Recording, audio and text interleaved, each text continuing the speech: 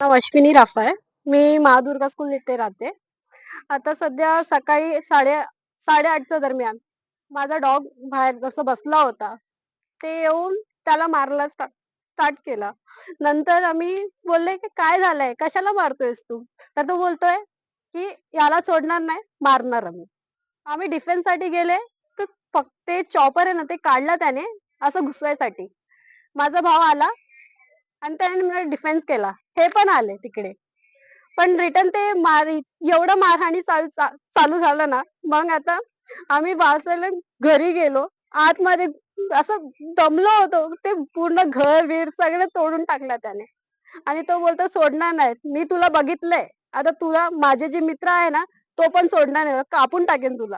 तसं बोलतोय तो. किती जण होते मारणारे? पहिला 2 आला होता. मग नंतर 4 आले.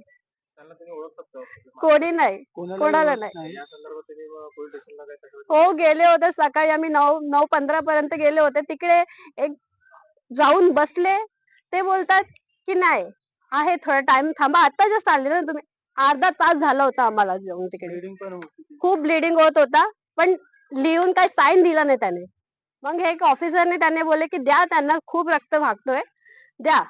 मग तिकडे आम्ही गेले मग 3 नंबरला औषध घेतलं. मग वापस पोलीस स्टेशनला गेले.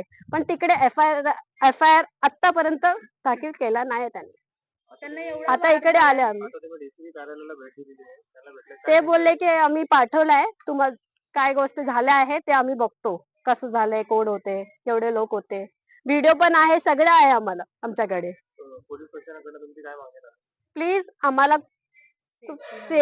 सेफ आम्हाला सेफ राहू द्या. प्लीज आम्हाला डिफेन्स करा. नाहीतर काय कुठे जाणार माहित नाही आम्ही कुठे जाणार. आज आज वाजलो नव्हतो ना, पूर्ण गेले होते घरचे सगळे.